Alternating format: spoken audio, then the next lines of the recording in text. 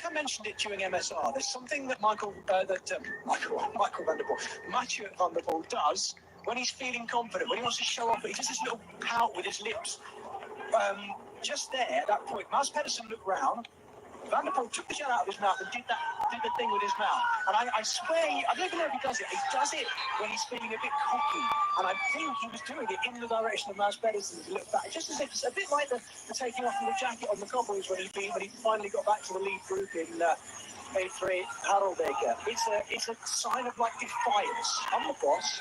And as soon as people like us at the start and pointed out, somebody tells him, he goes, oh, when I'm feeling bad, I must make my funny little fish face. It's not a fish face. Anyway, right.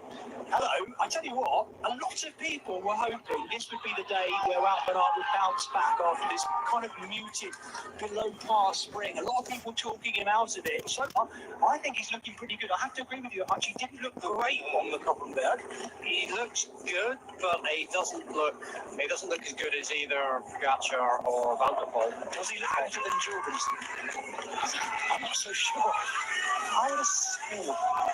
Yeah, I don't know. I wouldn't like to have to call that. Someone might have to call it. According to Christian Nierman, it is about the team car calling it, and not the riders.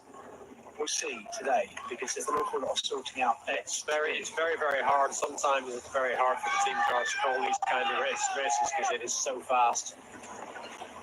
Yeah, so there are three of his Melissa bike riders in here, one of them going back over the top. That looks like Tej Benoot having a go again, and why not?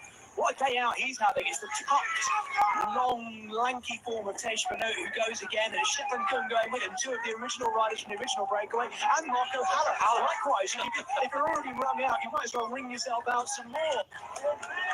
Marco Haller has ridden such a strong race. He's probably not going to get very much out at the end of the day, but it's been absolutely immense. Hello. Pogačar goes again. World champion on the move. He's gone over the top with Stefan Kuhn, and look at the face of Stefan Kuhn, who's desperately trying to stay with him. It's too much for Mathieu van der Poel, who's going to go again himself. At some point, people are expecting these two to go clear by themselves. It hasn't happened just yet. It's looked like it's going to happen, but it keeps coming back. It's almost as if they sort of test the water, look at each other, calm down a bit. Who's gone with them? Is that Wout van Aert? I think it is. Is that Pedersen going after? Is that Wout van Aert's going with them, or is that still Tej Benoot? No, it's Wout van Aert. It is Wout van Aert. He's gone over the top. At one point, Matteo Jorgensen was looking that little bit better, but Wout van Aert has got the strength and class to close up behind them. What a leading three this would be. And at the moment, after a brilliant day for Filippo Ganna and also Matteo Trentin, Davide Ballerini, these three looking a little bit rough, Ballerini in particular. I mean, I think Filippo Ganna is always worrying more about next week at Paris-Roubaix. He did a great hit out today. He played it as well as he could play it, but when it comes down to it on this kind of course, he's not going to live with the absolute best on this event. These are the final 40k, the final 25 miles in old money of the 109th edition of the Ronde van Vlaanderen with me, Jess Cox, and Dr. Michael Hutchinson alongside me. It is kicking off properly in the sunshine of the Flemish Ardennes. Filippo Ganna has been so good in this race so far. He and Matteo Trentin with Davide Ballerini off the back of this group. There's one of the killer bees has gone to it. It's Tej Benoot who rolled the dice himself, sort of setting up Wout van Aert going after it. Tej Benoot might yet come back in. I wouldn't put it past him to come back in, Hutch, and attack again. It depends what happens up in front. We've got a couple of, what happened here, chain came off? It's like it, yeah. We've got a couple of times, we're not that far from the Tannenberg either, which is another real springboard in this event. He's going to keep doing this again and again and again, Hutch. I can see this happening. He's trying to blunten the speed of Mathieu van der Poel to shake him out, to see if he can do something. The problem is, Van der Poel being, well, arguably the greatest cyclocross rider of all time, multiple accelerations is his thing. It's what he does. The thing is, I don't think Pogačar has put in the attack yet today. This is the softening up process. He's just trying to cost people energy, cost people that extra top end before you go for the big one. And I think, my suspicion is we might see that in the relatively near future. Where on earth is Marco Haller getting this from? This is some ride by the Austrian. Look at this. Again, goes to the front, winds it up. There's no reason to be doing it now. He's got Trentin off the back. I've declared the demise of Marco Haller about 4 times, and I think, well, I keep picking him up because I think that's the last thing we're going to see him do, and then he's on the front again. Brilliant. Take a hat off. Definitely, so far, ride of the day. Out there all day. So, I've got to work out where we're coming on to now. We're heading our way onto the Steenbeek race and then the Tyenberg as well. The Tyenberg will be one of those key places. It is the climb which has a statue to Tom Bonan's legs at the top of it, remarkably. Tadej Pogacar is going to go again. Here we go. This time it's Wout van Aert going after him. No, the Wout van Aert fans are going to be loving this because he is looking on it today, looking for revenge maybe for what's happened this week and the preceding weeks. And here we go. Tadej Pogacar picking it up. Let's see how much his cobble riding's been improving. He's been out on the bike this week picking up KOMs whilst wrecking sectors of Paris-Roubaix. How much is his mind touch on Paris-Roubaix in 1 week's time? Can you be so focused when you know you've got your Paris-Roubaix ride coming in? Tadej Pogacar is a bike racer. He's thinking about where he is right now. He wants to win this because he wants to win any. He never does a bike race he doesn't want to win, so he's completely focused on this. Again, we've got that lead trio away. We've got Pogacar, Van der Poel, and Mads Pedersen tucked in just behind them. The three current or former world champions off on the front of this climb on the Tour of Flanders. And again, this is the kind of the trio we keep expecting to see. They've been away as a group before and been brought back. They've gone away again. Is this the time it's going to stay? This is the Tyenberg. I was confusing myself between the Steenbeek race and the Tyenberg because the gap between them is so small. But this is the top of the Tyenberg they're coming in on now. And Mads Pedersen has gone with this. You're right, the current world champion, the former world champion who won that title, of course, in Glasgow, Mathieu van der Poel, and then Mads Pedersen, the 2019 world champion. Mads Pedersen looks like I would feel. He is breathing through a big square. I wonder what you're going to say there. Now, what kind of hole is Wout van Aert breathing through as he comes to the front? 3 kilobs in one group. What has Jorgensen got left? What on earth has Tej Benoot got left? It's been a great day so far for Visma bike, and I'm going to clap for Marco Haller. Here he comes. I mean, what a ride by I think they've finally done him. The thing is, what Visma don't want at this point is for these three guys to go up the road, and they've got 3 guys in the group behind, and somehow none of them went with it. They've got to close this down.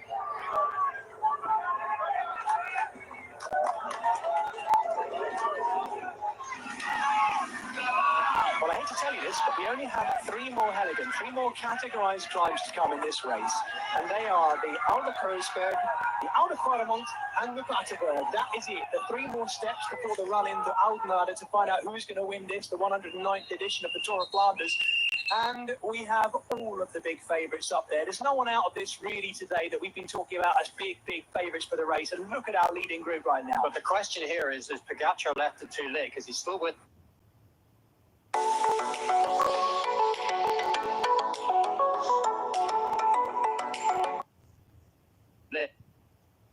the Paterberg and the Quaremont before that, and I think Pogacar's left this too late. Yeah, well, that is though, Hutch, unless he's got one more bomb to drop. You've suggested so far that his attacks, I think I agree with you, haven't looked 100%. They've looked 75, 80, 85 at times, but we haven't seen that kind of winding style that he had. It's different on the cobbles, isn't it? Because that winding style, the inertia, the bike stops. Every time you go over a cobble, it just takes a little bit of that momentum away from you. You can't do it quite the same way. You can't ride this like it's Milan-San Remo.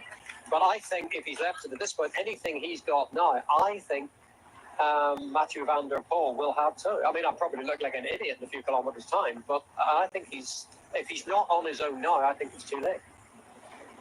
Well, if you are just turning on your sets, I'm tuning in to watch your set. Yes, I'm old enough to say that. You know, people know joining us from 1975, Jez Cox. Yeah, okay. So if you are just joining our pictures, you've got what you've come for, really, because we have a leading 3 of the 3 big favourites. Mads Pedersen, Tadej Pogacar and Mathieu van der Poel. Behind them, now 14 seconds behind a group that's Wout van Aert, Tej Benoot, Matteo Jorgensen, all from the same team, of course.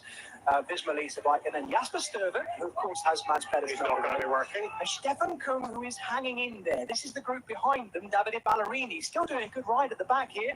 The XDS Astana man, maybe he's going to be the first of those in that top 10 today for Astana to get some UCI points. Well, that's certainly why he's staying in this, because, yeah, exactly. It's a monument. There's a lot of points going. Let's watch the body language and the form at the front, shall we? There's Tadej Pogacar kicking through quite hard. It does look so good, doesn't he? Yeah. We were looking at his bike today, Hutch. Not going for the aero version of that Colnago, but you were thinking that might be the new frame set. I think it's the new one. It's hard to tell the new one and the old one apart. I think that's the new one, which is supposedly a bit more aero than the Ogon while kind of keeping all the lightweight, because that's kind of their climbing bike. But it's now kind of getting on towards being as aero as their aero bike. This race, the Ronde van Vlaanderen only has, I say only, 2,211 metres of elevation. That would be a fairly average Grand Tour stage. It wouldn't be, certainly wouldn't be considered a mountains day. And yet these climbs are so important, Hutch, in this race. It's because at the front you do every single one of them way into your anaerobic zone. You're far beyond your sustainable, your long-term sustainable max. You go and ride an alpine climb, ride it at a nice sensible speed. It's not that hard. Because it's kind of a nice steady pace, it's not nearly as physiologically draining. You do things like this where you've got these little short climbs with the cobbles that take all the inertia out of every one of these climbs has to be done as a sprint. So it's like, it's like a points race. Think about it as a track points race. Imagine doing a 260-kilometre points race on the track and see what shape everyone's in at the end. No, thank you. I'd rather not. Wow. I've just seen Filippo Ganna making sure that his aero socks are immaculately pulled up, as high as he can possibly get them. I would expect nothing less from Filippo Ganna. He's a man who appreciates the technical side of cycling. Well, Dr. Michael Hutchinson and I certainly appreciate Filippo Ganna. We were both there when he set and broke the hour record in Brinkham. We were doing the live commentary together, weren't we? And we witnessed such an incredible performance from one individual on that moment. Completely different scenario today, but a good ride by Ganna. I think he's done it for Tour of Flanders, Filippo Ganna. Given the way the race is unfolded, I think he can be proud of himself. As we sort of said at the beginning, it's a hard race for him to win on the same playing field with, guys like Van der Poel and Pogacar and Mats Pedersen. He has to do it differently. He got out early, he got a decent sized gap, got into a good group. In the end of the day, it just wasn't quite enough. I think he's done a good ride on. I think the same with Stefan Koh, who's the same kind of rider, kind of the same kind of tactic, didn't even have any teammate to help. He's still out there, going to get decent result, whatever happens. I know, listening in, we've got John Mould. John, looking at the way things are unfolding at the moment, who do you think this is playing best into the hands of right now, mate? Mathieu van der Poel, I think. He's looking in really good form. We could see Milano Sanremo, he had the matching of Tadej Pogacar, but still, 3 climbs to go, and it's going to be interesting. Tadej really needs to make that move at some point, so... we couldn't have asked for any more if you put 3 of the big favourites at the front, battling it out, and that's exactly what we've got.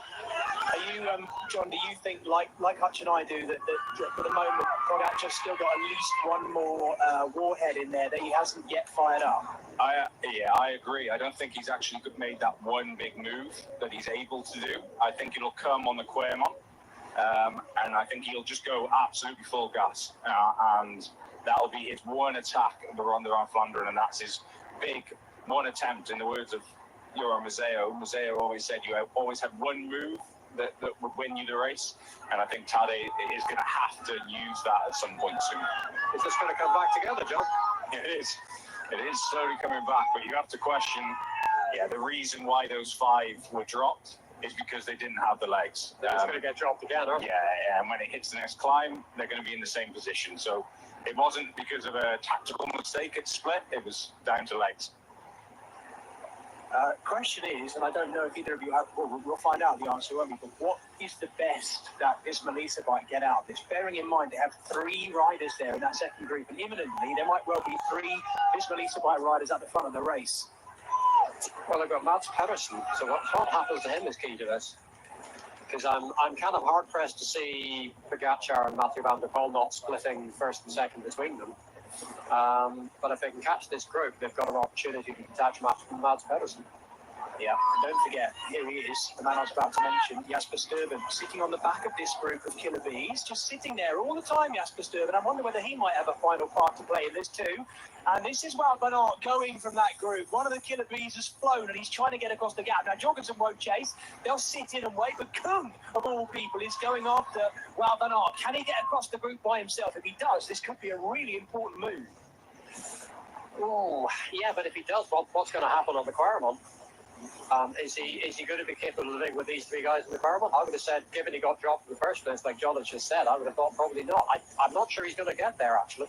suddenly the gap's gone out. The ticker is the same on the screen, but it looks like it's gone out again. This is the gap between the Tannenberg and the newer Kruisberg before we get to the Oude Kwaremont again for the final time. We go over the newer Kruisberg, the tiny little bit of cobbles that lead up into that step up to the Hawthorne section, and then we are rounding in on that final moment of the race on the Oude Kwaremont and the Paterberg. Everyone thought, so many people, not everyone, but so many people thought it would come down to the Oude Kwaremont and the Paterberg combination. Traditional? Well, it is looking like being a very traditional race. The last few years, it's been that last time at the Kwaremont.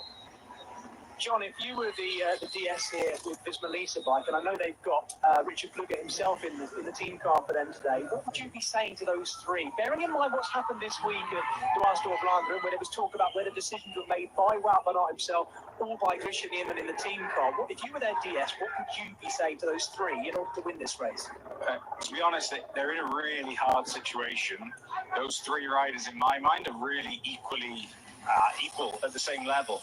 So, in some way, you can't ask someone to sacrifice completely themselves, because all three are so similar, and both three have an opportunity to go for the win. It's a really difficult call to make, actually, in the car. So yeah, we need to just get them back to the front of the race and see what happens.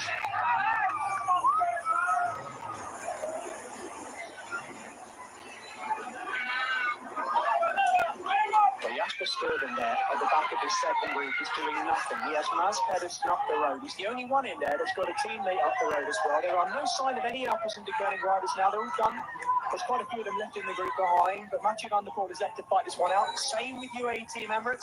No one around Tadej Pogačar now. It is a bare fist fight between those two at the front. But Maz Pedersen has Jasper Sturden sitting in there. At the moment, if we discount this Melissa bike riders, that is the interesting teammate who's just sitting on here at the back, Sturden. I just wonder what he has got left. Well, you've also got Sturden and Pedersen versus the three younger Visma, Visma Lisa bike. There's a dynamic there as well, but I still think, I think John's right. I think we've got the two, possibly three strong riders with Maz Pedersen getting a little bit detached here on this short cobble section. Yes, he is. This is the newer Kruisberg. Sorry, Hatchwood. I was just going to say Maz Pedersen dropping back quite quick, but I think these two guys are probably going away together and always were. It looks like it, doesn't it? Pedersen's kind of hit the treacle a bit there on these cobbles of the newer Kruisberg. Decent crowd up there cheering them on, and Tadej Pogačar still looks so calm in those pink glasses. Mathieu van der Poel, has to be said, still looks good too, but this has got shades of Milano Sanremo. This feels a little bit like the Poggio. And Pogačar's been happy to do the lion's share of the work. He spent a lot more of the time on the front than Mathieu van der Poel. Maz Pedersen, I fairly saw do a turn. So he's clearly very, very confident. But he's just having to try and wear Mathieu van der Poel down. And wearing Mathieu van der Poel down is not an easy thing to do. It is not. Wout van Aert's gone from that group, and he's got Jasper Sturden going after him. I'm going to keep marking that card because I think Sturden's got something to play in the final stage of this race. Wout van Aert goes over the top. Can you imagine the sound of the crowd in front of their Belgian hero? Don't forget, no Flandrian rider has won this race since Tom Bonen himself. And yet Wout van Aert is there, still there with an opportunity to take the win today. You can still see the graffiti on the roads of the Koppenberg saying Wout van Aert is gone. It's been there on Street View from 2 years ago. It's still there now. Is he going to come across? It's a big old gap for these two guys. It is. How are they going to work together? And what is Maz Pedersen going to do? Does Sturden now turn again to supporting Maz Pedersen, or does he just go straight past? It depends what Pedersen's got left. Pedersen's waiting for him. Just Pedersen. Is he waiting for him, or is he... Sorry, John, go on. Maybe Pedersen now rides for Stuyven as well. Well, it's a big call, isn't it? Yeah, well, the question is, he didn't have the legs to go with it. Let's get together and try and get them back. But Stuyven's business, Stuyven eating. Is he beginning to worry about that? Yeah, there's it is literally whatever anyone's got left now. This is, we could have hoped for a better test at the Ronde van Vlaanderen than this.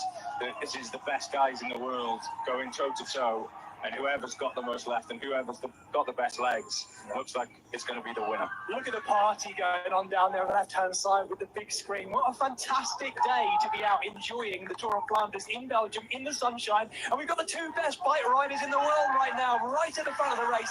This is the chase crew. What a comeback for Wout van Aert. Now, what happens to...